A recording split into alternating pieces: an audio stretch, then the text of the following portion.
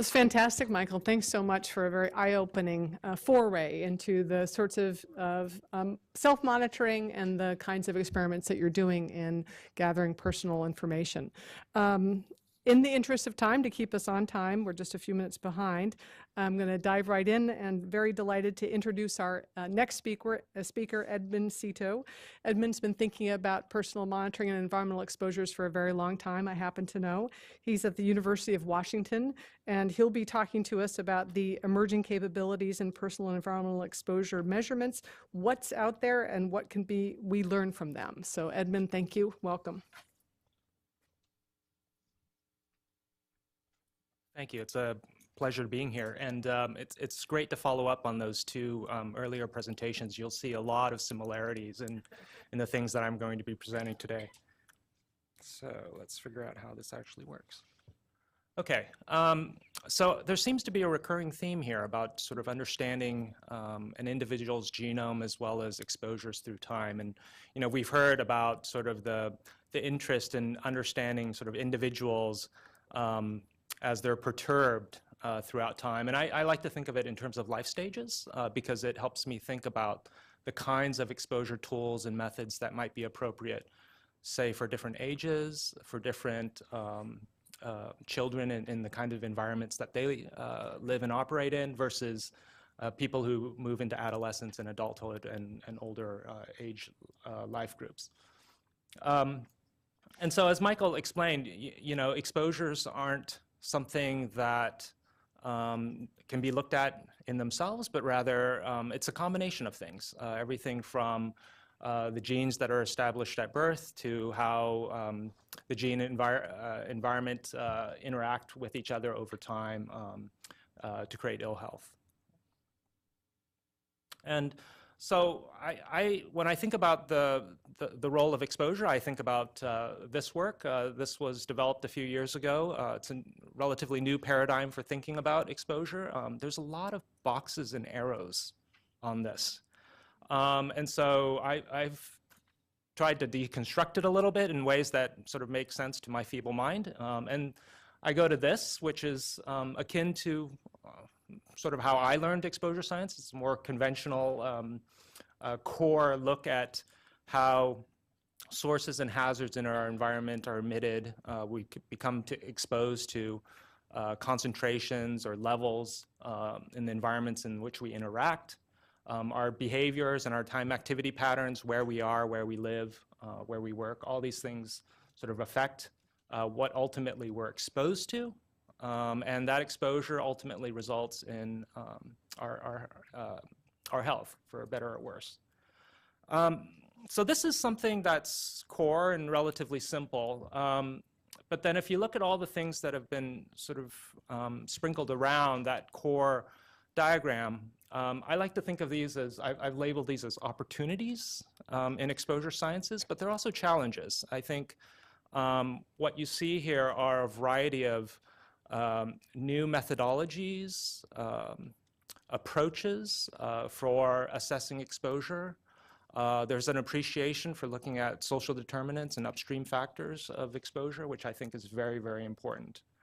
In particular, in my work, I look at things like geolocation. And a particular technology is called out here, looking at things like GPS, geographic position systems, as a way to get at geolocation. And that's very exciting because these technologies are very, very cheap these days because there's a huge consumer market for GPS devices and smartphones and whatnot. So many of us have these technologies already in our pockets or in our hands. And similarly with biomonitoring, there are a number of body burden studies in the agenda booklet for today's meeting, and you'll see just how exciting biomonitoring technology is, and having citizens within communities being able to look at the kinds of exposures that exist, not just at the individual level, but shared exposures that exist within a community. And the other sorts of boxes in here have to do with data and big data, the ability to merge in spatial data sets from geographic information systems. It's very, very easy because of huge open data initiatives where governments and communities are releasing a lot of data openly so that they could be merged into this paradigm of looking at exposures, and for other reasons too.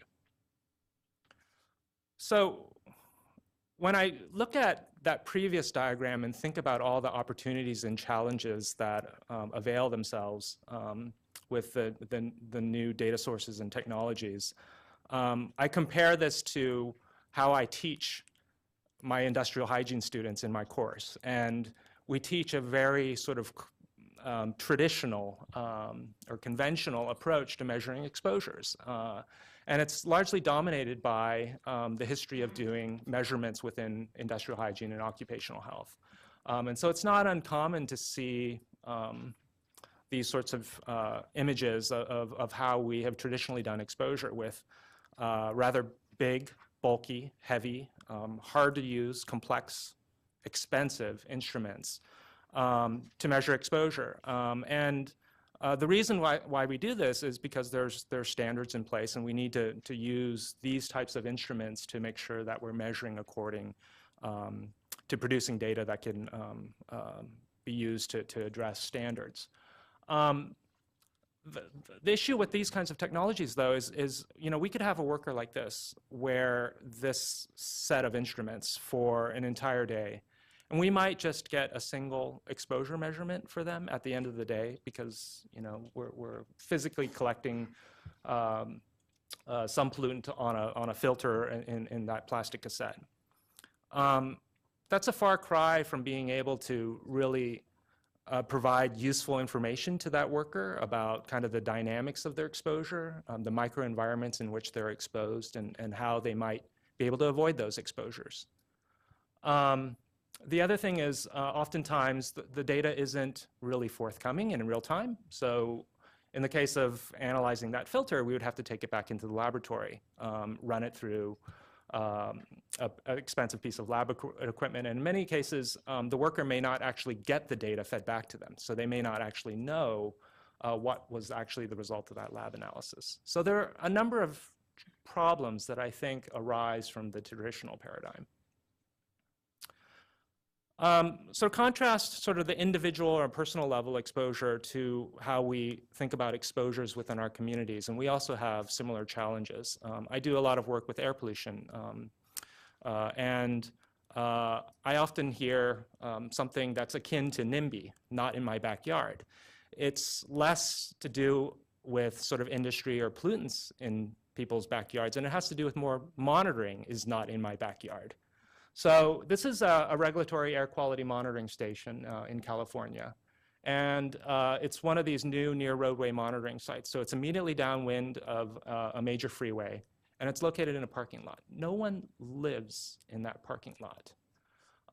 And so, it's located there for regulatory purposes. There are siting requirements that have justified its being at that particular location, but clearly it's not measuring the exposures of the community explicitly, and that's a challenge for us. And that's why if you look at that new paradigm for exposure assessment, GIS and modeling and looking at taking these data and inferring community level exposures are kind of part of the mix of doing new exposure modeling. So with all these challenges, I think there are a number of questions that sort of emerge, and I wanted to go through each of these questions with some examples. First of all, how do behaviors, mobility, and time activity patterns contribute to what I call micro exposures or exposure patterns for individuals? Are there better methods than how we currently do exposure assessment, both at the personal level as well as at the community level? Are there exposure science principles, methods, practices that could better engage citizen scientists and community groups so that they can participate in understanding exposures? And with some of these new technologies and data sets, we're starting to see an explosion of big data related exposures. And So how do we deal with it, both analytically but also ethically? And so are we doing what we need to do in terms of considering privacy, security, as well as some more challenging aspects of stigmatism and exacerbating environmental injustices within certain communities? So like Mike, I've been collecting data on myself, and I decided to show an example of some data. This is data that I collected when I first moved to Seattle. And you know, like any sort of sane and rational person would do when they move into a new town, they immediately carry around a particle counter to understand the exposures that they experience throughout the day. So this is my normal commute, or it used to be my commute from home into work. And the reason why I collected this is something that I do almost every single day, right? And so if there's one thing I wanted to understand about my exposure is this sort of period in my life.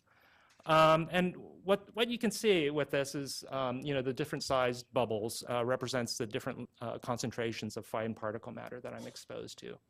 And there is some spatial variation. But what's interesting is, so I paired the particle counter data with a GPS so I could map it out.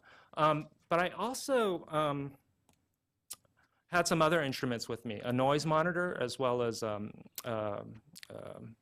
activity monitor, physical activity monitor. And you start to notice patterns when you start to wear sort of these multitude of devices. And the correlation is striking. So let's see. You could see that, you know, in my home and work environment, the concentrations of my air pollution exposures are relatively low. And it's the commute that, you know, results in the bulk of my exposures for at least my morning period of life. And there's a strong correlation between my air pollution exposures and my noise exposures. So unless I'm in a difficult faculty meeting, you see that my morning tends to be relatively quiet. And it's that morning commute that ends up being a high exposure period for me. And then in terms of physical activity, you can see sort of the activity of my not so active commute. I drive into work. But you see a lot of activity throughout the morning period surrounding my commute, not so much throughout the day. And so this tells me something about my behavior and how it affects my exposure. And I'll get back to sort of what I can do about this later, because I think that's a very important aspect of collecting these information. Is it actionable? Is there something that we could actually do about this in terms of reducing exposure? Okay, so that was me, and we've subsequently have done similar studies on actual research subjects. And this is an example of one study that was conducted in Barcelona, Spain by Mark Neuenhausen and colleagues. And in this particular instance, you know, we've combined a number of different devices, mainly to geocode people's black carbon levels. And in this study, we were looking at school-aged children. So we studied 54 school-aged children that are spread across a number of different schools in Barcelona, Spain. And they each carried around a portable black carbon monitor. They used a smartphone app, and we had GPS and accelerometry tracked throughout the course of 2 days for each of the children. And this is sort of a snapshot of kind of, you know, what the data looks like geocoded on the map for the children. You could see that, you know, we cover much of the city because we recruited children from a number of different schools throughout the region. And very similar to kind of how we looked at my exposure in time, we've done the same thing for the children in this study. And what's interesting is there are some statistics that disaggregate how the children spend time versus the concentrations of pollutants in these different microenvironments. And you could see from this diagram here, this is a time course throughout, these are the 24 hours of the day. And there are, clear patterns across all the children that indicate, there's specific windows of time that you see these exposure peaks. Notably in the morning, there's a huge peak. And then later in the afternoon, there's another peak. And what's interesting about these sort of morning and afternoon peaks is they correspond to this commute period. And you could see that the concentrations of black carbon in these commute windows tends to be almost 2 times as high as their other microenvironments, home and school. Now, clearly, commute constitutes a relatively small proportion of their time in the day. And so you have to balance out, large amounts of time in school and home at relatively low concentrations versus this short window of time where the concentrations are very high. And by combining these things, we get a picture of, what may be important for the children. And so, the commute, even though it's a relatively high concentration of black carbon, because it's a short window of time, it only accounts for about 4% the proportion of the children's exposures. And the home and school environment still accounts for a lot. And so you could start to think about how might we intervene in this sort of instance. Is it the high concentration commute environment that we need to think more about and reducing the concentrations along streets? And that could be one strategy in terms of lowering children's exposures, or it could be focusing more on institutional environments like schools, where it may be easier to introduce, say, particle filtration or whatnot, and reduce exposures in a more engineering-controlled fashion. Okay. So there are a number of policy and planning questions and in terms of how to deal with intervention. But the other question I had in my mind is, what did we put these kids through by having them carry all these different devices? I'm not a strong believer that the more smart devices you wear makes you any smarter. So, having them carry a bag full of different devices is a challenge. And the other challenge is cost. We used a relatively inexpensive consumer devices, GPS, smartphone, and accelerometer. But this exposure monitor, this black carbon monitor, is relatively costly, a $3,000 instrument. And so my group has been thinking through ways at sort of reducing the cost of these kinds of systems where we could do personal exposure assessment more cost effectively.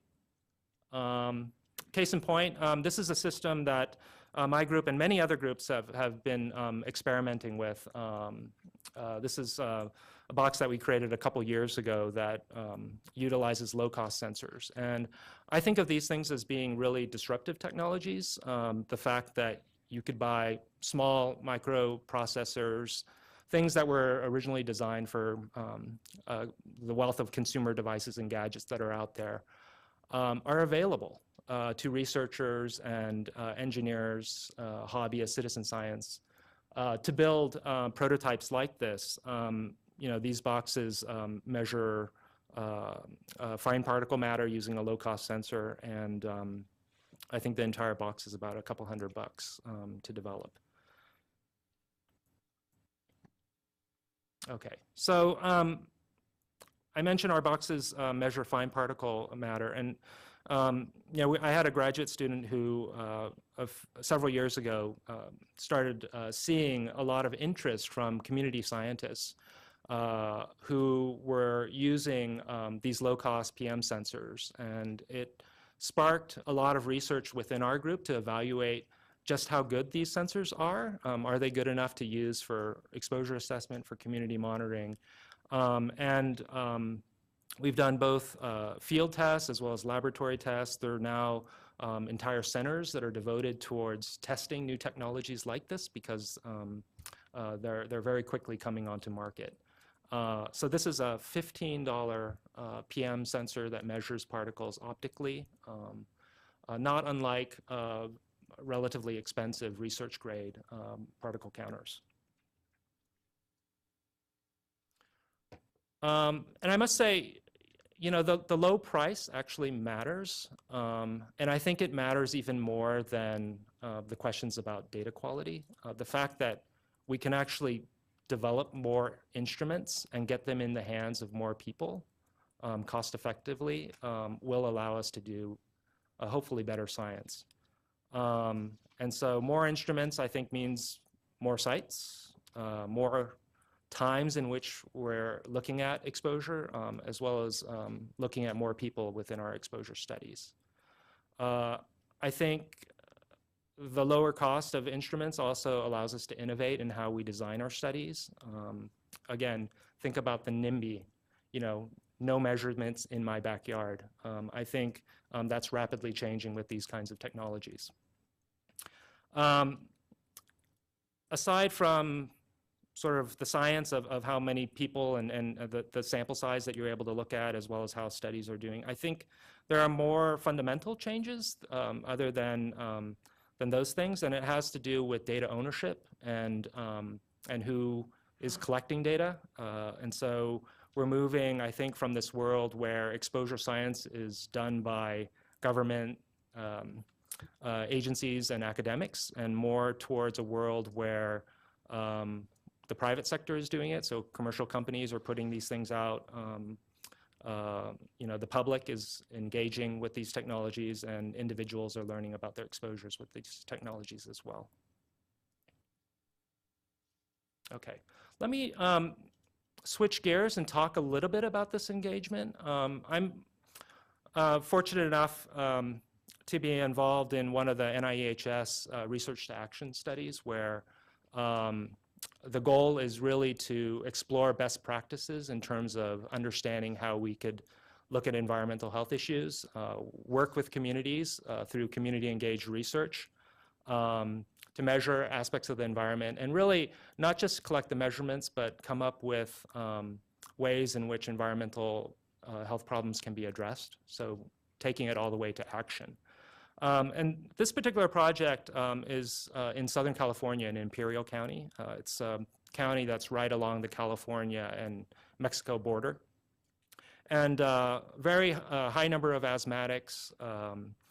They've been out of PM 2.5 attainment, PM 10 attainment, and really the community wanted to focus on doing better PM measurements. And I'll get into why that's a concern for them. But what we decided to do in this project is really deploy a network of very many of these low-cost PM sensors within this community, and to use the information from these sensors to identify hotspots, as well as to guide asthma action planning, as well as to facilitate conversations with air quality stakeholders, both government and non-government within the region.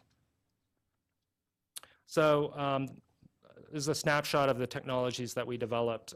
It's a low-cost PM counter that's paired with a small computer. It has networking capabilities. We stick it in a very robust enclosure, and it communicates all the data up to the cloud, where we could do data analytics, and we can pipe out the results back over a website to the community. This system was developed within academia, and so it's a researchy kind of system.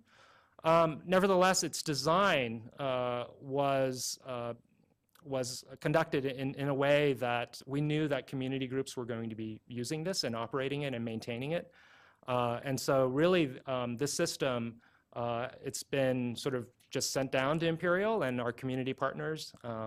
They've been trained to run them, and they install them themselves and operate them and maintain them. So, you know, my students and staff are completely hands-off with respect to, you know, keeping the monitoring network up and running. So it's a great partnership, and it's a great way that we've been able to work together to get this monitoring network established. As I mentioned, we're setting up 40 monitors. That's a really high density of monitors within a single county, especially when you compare it to the regulatory monitoring network that exists. There are 2 PM 2.5 monitoring sites within the county, and the 3 other are PM 10 sites. And so we're about an order of magnitude greater monitoring density. So aside from the technology, which is just actually a rather small aspect of the project, we're really exploring what are the best ways to engage with communities around these sorts of new technologies. And I think we have a fairly successful way of doing this in that we've formed some very important partnerships at the very beginning. We have a core research team that's responsible for getting the aims of the project accomplished. But we also have a steering committee that's made up of around 30 individuals, residents of the community, that guide the project and steer it in the right direction, help us make executive decisions. And I'll get into that as I get through the steps of how we go about our work. Separate from the steering committee, we have a technical advisory group, which is formed up of a variety of air quality stakeholders. And this includes folks like EPA Region 9, the California Air Resources Board, as well as the local air district, all sort of observing the data that we collect, the ways in which we process the data and look for quality in our monitoring data. And so one aspect of the project are the people. And then the second aspect is process. And we started off with a needs assessment. And this was very important in terms of understanding, well, how is monitoring currently done within the county, and how can we improve upon it? So what are the needs for better monitoring? We did a hazard and mapping, hazard and asset identification process where we tried to characterize what are healthful assets as well as hazards within the community. Are there aspects of vulnerability and susceptibility that exist within the community that we need to focus on? That was very important to sort of identify as well as to map out. And furthermore, the next step was finding sites for monitoring. The research team provided some very general recommendations for suitable sites, and we shared EPA siting criteria, California Air Resources Board siting criteria for their monitors, but we really left it up to the community steering committee to make the ultimate decisions on to where to site our 40 monitors. And so this was very empowering in terms of allowing them to pick hotspots, to pick sites where they felt there was a lot of vulnerability. It turns out that many of our sites are located at schools, and they felt that was very important to establish monitoring where there are young children. We're now in the process of monitoring. We have, I think, close to 40 monitors right now, and I'll show you some data from our monitoring network shortly. We have a communication process. I mentioned that we have a website that's up and running now that's displaying the data back to the community. Throughout all these steps, there's outreach activities, and we're constantly looking for ways in which either the data that we generate or the people that we meet and discussions that we have can translate into action and planning to reduce exposures within the community. Because this is a community engaged process, we also are evaluating each of these processes and steps along the way. So as an example of the partnerships and how we've leveraged the partnerships to do better work, one of the things that we didn't propose to do in our study is a co-location with a government regulatory monitoring site. But because we had California Air Resources Board as a partner on our technical advisory committee, early on in our project, they asked us to do that. And they asked us if we would be willing to co-locate one of our monitors at their regulatory monitoring sites. And of course, we jumped at the opportunity. And so you could see here is a site in Calexico that they operate. And we placed one of our community air monitors right next to it, which allows us to look at ongoing data quality issues. And so this is kind of the first month of data that we collected at that co-location site. At the top is the data from our community air monitoring with the low-cost sensors, and down below is the government monitoring data hourly. And you can make out quite a bit of correlation if you kind of splay it out in a two-way plot. You could see the correlation is actually not bad. What was really interesting is that we're able to share this information with our technical advisory group. And so, whether or not you think this is good or marginal. At least all the stakeholders and government participants on the project sort of understand the limitations of these lower cost community air monitors vis-a-vis regulation, vis-a-vis concerns that the community may have about their exposures. I wanted to highlight, some of the density and spatial resolution issues associated with these sort of citizen science air monitoring projects. Here you can see, that I've pointed out the locations of the two government monitors for PM 2.5 in the Imperial Valley. There's one right at the very north and one at the bottom. And the sites in yellow are the monitors that we've established with our community monitoring network.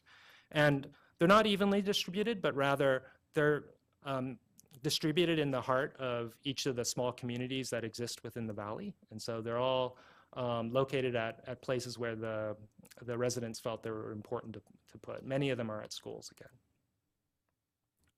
What's interesting when you look at the data that emerges from our network, this is data from earlier this year, just 1 month of it. And you could start to see some interesting patterns that emerge. I've sort of highlighted and color-coded some. The ones in red, you can identify some similarities in the patterns between these sites. These are relatively close to one another. And so you'd expect the temporal patterns to be very similar. Whereas if you move kind of to a different part of the valley, you start to kind of move into a very distinct pattern. And then again, another sort of distinct pattern. And as you move to sites sort of, between groups, you start to see them sort of blend together.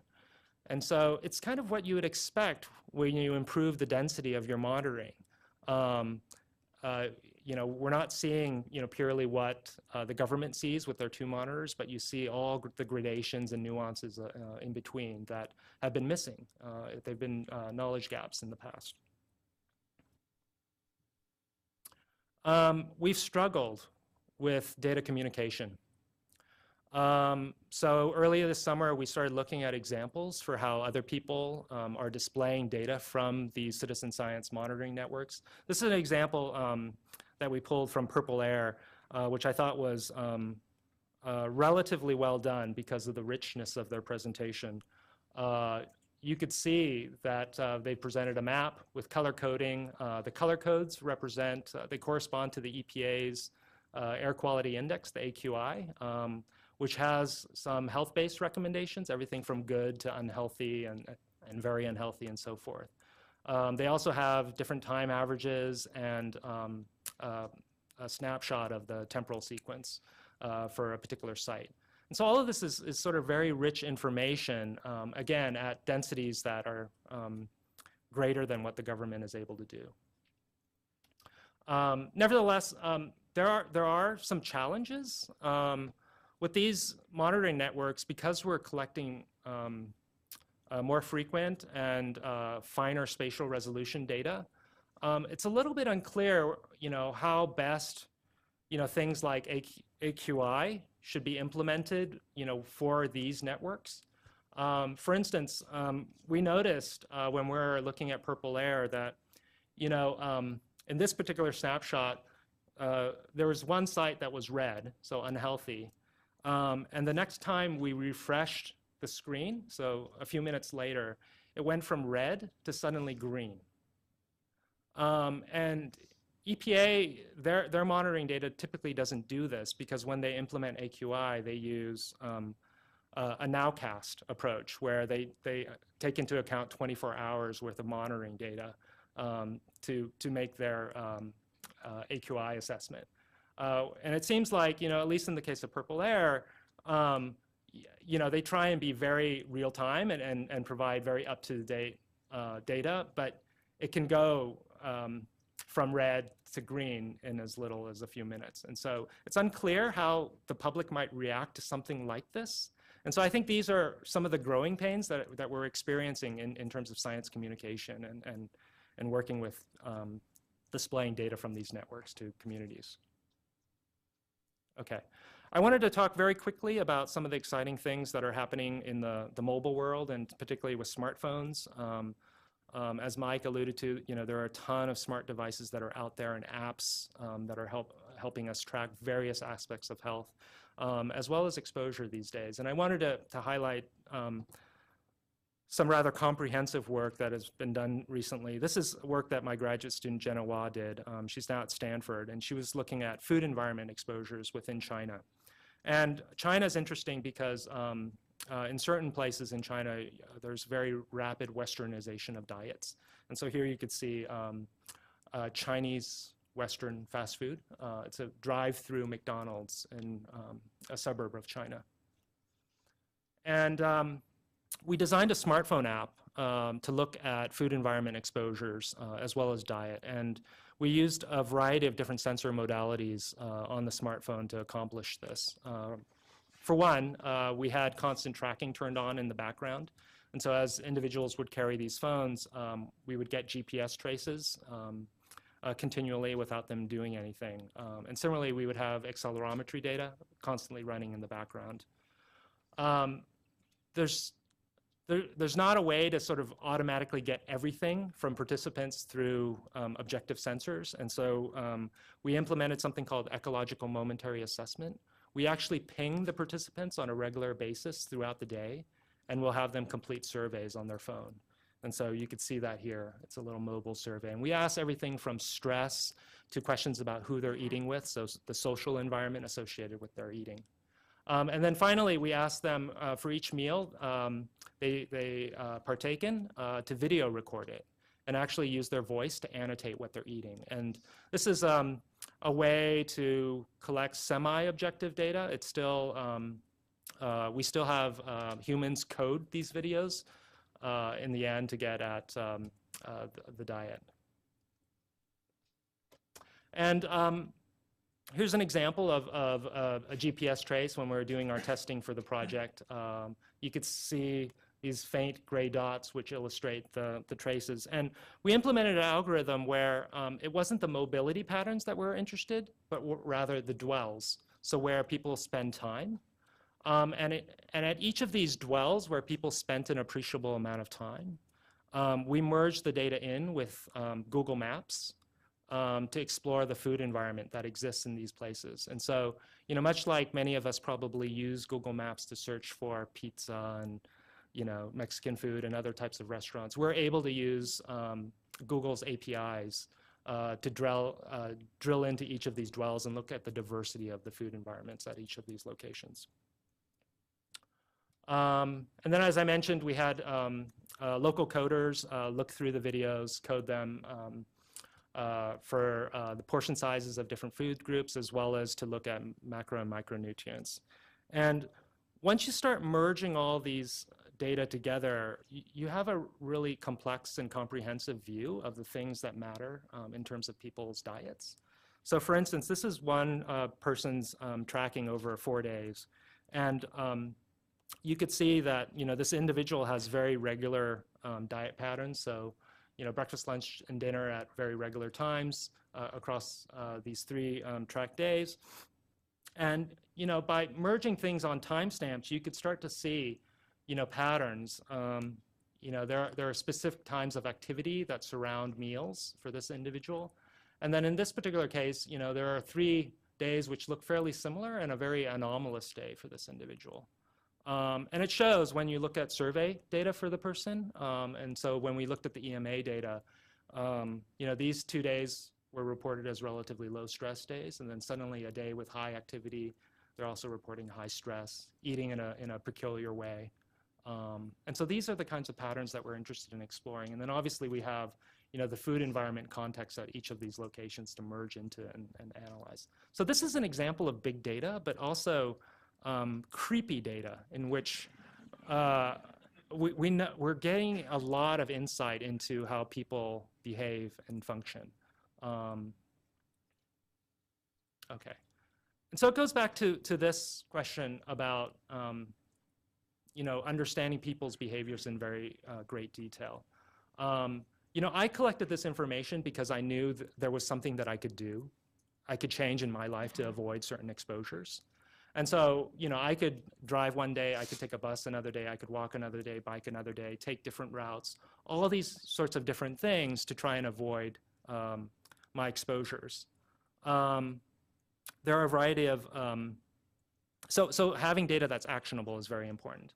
That's one important aspect of collecting exposure data in an ethical way, I think, is being sure that there's something that can be done in the short term to avoid these exposures. And then the other sort of ethical concern, I think, just has to do with privacy and security, especially with geolocated data. I mean, there's a huge wealth of information that, if this was, broadcasted over a webinar, for instance, someone would know exactly where I live and where I worked and the patterns that I travel to work every day. And to some people, that may be problematic. So let me very quickly express why that may not or may be a problem. I'm starting to see an explosion of commercially available devices where things are moving outside of the research realm and into industry and consumer devices. And so these are all examples of exposure devices. And so I haven't tried, I don't think I've tried any of these, but yet they're marketed. Some of them are available on Amazon for purchase right now. Some of them are still kind of in development and under Kickstarter campaigns and whatnot. But it suggests to me that there's a huge commercial interest and consumer interest in understanding exposures, and probably they're marketed in a way that might help asthmatics or people with cardiorespiratory problems, people who want to understand themselves better, the citizen science community, as well as the people who collect a lot of data about themselves. And there were, I won't dwell on this too much since Mike covered this, but I think along with all these personal gadget devices, I think there's going to be emergence of consumer testing-based services, and obviously, things like 23andMe is an example of a very popular consumer-oriented testing service for genetics. I think we're going to see things that are happening on the body burden and gene-environment interaction, precision medicine in terms of understanding how there can be very actionable personal data collected from exposure biology. And I wanted to show some examples for why I think maybe the privacy and security things may not be such a problem. And that's by looking at other commercial devices that exist on the market now. If you look at Fitbit and how they market themselves, you can kind of understand why they're so popular. Their devices are very sexy, clean, well-designed. They have an ecosystem of different devices that operate seamlessly with mobile devices, which so many people have. And it's not just the devices themselves, but the way that they're used. So if you look at how they operate, people are allowed to set goals, and they could track how well they're meeting those goals. The same sort of thing could be considered in terms of people's exposures. Could we have goals for reducing exposures? And similarly, the social interaction. We might care a lot about keeping people's exposures private, but yet groups like Fitbit tout it as a feature. The fact that you could share your goals with your friends and family, challenge them and motivate other people to do the same, and share that information, I think is enlightening. And I think maybe there's something that we could learn from these systems. Similarly, 23andMe.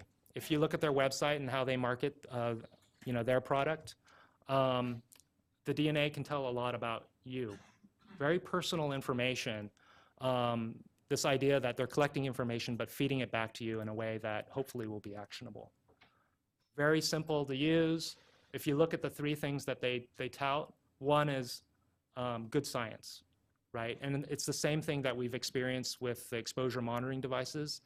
The community groups that we work with, they don't want to use devices that aren't trusted by the regulators and the science community. And so they're very interested in good science. On one hand, they say privacy is our priority, #1 priority, but at the same time, they offer the people to share and partake in research. And so having this opt-in model for participating in research is part of 23andMe, and again, something that I think we can learn from. I think there are great programs at NIH. PRISMS is an example of one program that's developing technologies that are open and shareable and sharing in this vision like the consumer devices. And I think I've just touched the tip of the iceberg in terms of the breadth of these different devices, but hopefully I've asked some relevant questions for thinking about privacy and security, how we might share data openly, as well as collect actionable information. Thank you.